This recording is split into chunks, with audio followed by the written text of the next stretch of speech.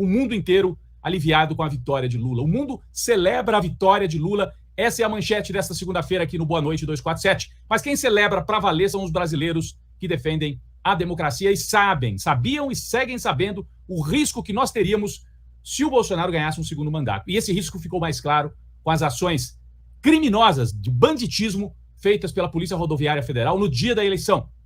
E a inação da mesma Polícia Rodoviária Federal, chefiada pelo mesmo bandido, que está fechando os olhos para as arruaças feitas pelos bolsonaristas. Em breve vamos deixar de falar dele. Em breve.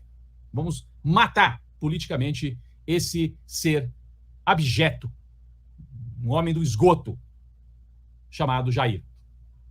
Tá chegando sua hora, Jair. Se prepara. E tá chegando a hora de ter um governo de novo. Gratidão ao povo do Nordeste que deu a vitória mais importante ao Lula. Mas, sem resistência no Sudeste, o Lula teria perdido. Se o Bolsonaro tivesse aberto um pouco mais de vantagem em São Paulo e tivesse virado Minas, como o Zema havia prometido, tinha ganho na urna. E hoje a gente compreende que o Bolsonaro fez discurso golpista, usou a máquina, ameaçou, mandou fazer o diabo a 4 no Brasil, mas estava apostando em ganhar na urna. Porque se ele derrota o Lula na urna, acabou. Ele virava o rei e impunha um regime aqui de 20 anos, autoritário pelo menos, dele e depois dos filhos dele. Porque daí ele ia dizer, ganhei, não precisou dar golpe nenhum. Falava que eu era golpista, eu ganhei na urna. E felizmente, Minas Gerais, parabéns ao povo de Minas que resistiu. Minas manteve ali um quase empate com leve vantagem para o Lula de 50 mil votos. No primeiro turno tinha sido de 500 mil. Então o Bolsonaro encurtou em Minas. O tripé do Bolsonaro para o segundo turno era virar em Minas, aumentar em São Paulo e reduzir no Nordeste. Porque o Sul e o Centro-Oeste ele sabia que tinha. E o Rio de Janeiro. E o que aconteceu?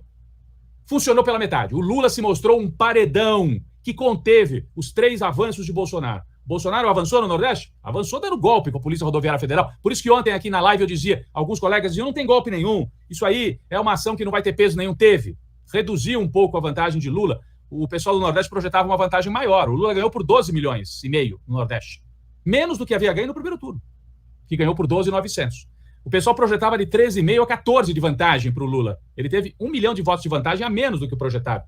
Foram as barreiras da PRF, foi o derrame de dinheiro, foi o terror com a questão das igrejas evangélicas. Então, o Lula encurtou um pouco no Nordeste, mas teve uma vitória estrondosa. Parabéns à Bahia, parabéns ao Ceará, parabéns ao Maranhão, Rio Grande do Norte, Piauí, que deu a maior vitória para o Lula no Nordeste.